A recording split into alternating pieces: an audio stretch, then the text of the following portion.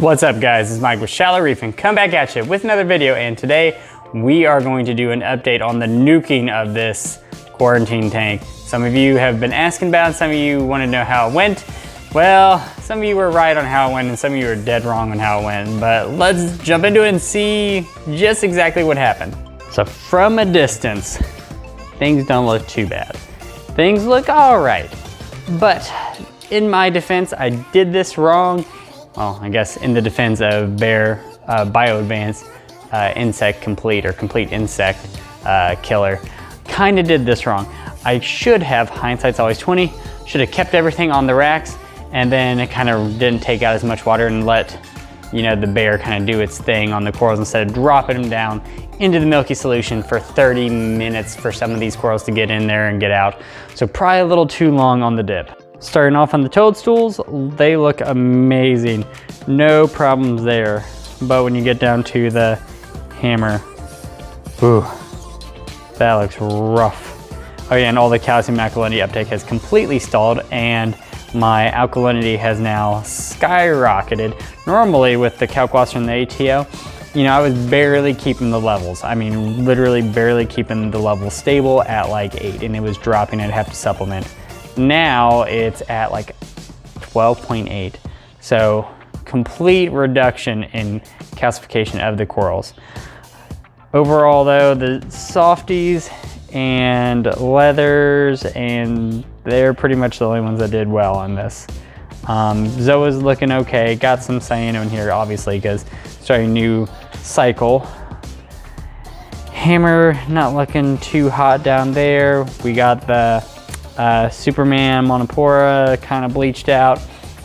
Dragon Soul break off piece kind of you know, not doing too hot, kind of bleached out. But all my digis, they're pretty much done for. I mean, they are white, like ghost white. So I don't know, there might be a chance for this guy right back there. I don't know if you can see it. There might be a little bit of hope just down by the base to come back.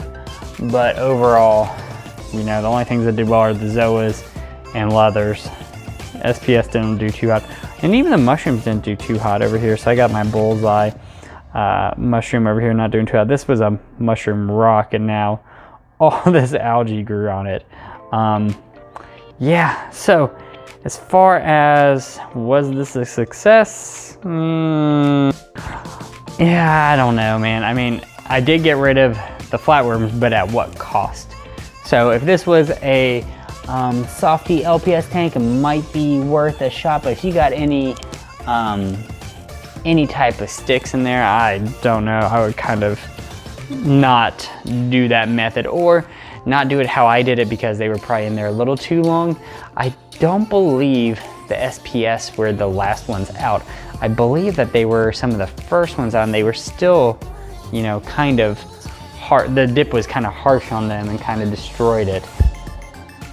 So my plan is this: I'm going to dip the corals and take the corals downstairs, the ones that I think are pretty safe. Now I'm gonna do just a 1-step dip because clearly I've done like a 5-step dip process. But I think I'll just do Brightwell MD in my little tub, and then I got fresh salt water there that I'm gonna start dipping, and then taking these guys down. Obviously the priority here is going to be the hammer, and actually both hammers, because you got the hammer up here and you got the hammer down here, because they are not doing too hot and I think they could do better in a more established tank. On the bright side, the 300 gallon went from dosing 25 milliliters of calcium alkalinity a day, which seems a lot for the amount of coral I have in there, to now I have to do over 35 milliliters a day on it, which is pretty great. Definitely seeing a little bit of growth. Mostly the coral and algae is starting to take off in that tank, but I kind of need to get some of these corals out of this tank because it's not stable, and I know all the switching is not going to do well for the corals, but hopefully once they are in the 200 gallon, it's going to be, you know, there forever and they're not going to move. And I definitely need to get this coral out, man. He was so beautiful. And then I dipped him, and then now it's like garbage. All right, guys. So that's all I got for you this time. If you like what you see here and you want to see more, click the subscribe button and don't forget to give me a like. I will hopefully be back in a week or so with an update on how some of these corals are doing. And I also have like 2 reviews I've been neglecting to do forever, and builds, and oh my gosh, I got so much content and it's kind of hard to do it all at once. But at least that means you guys are gonna have a steady stream of content. So I'll see you later next time.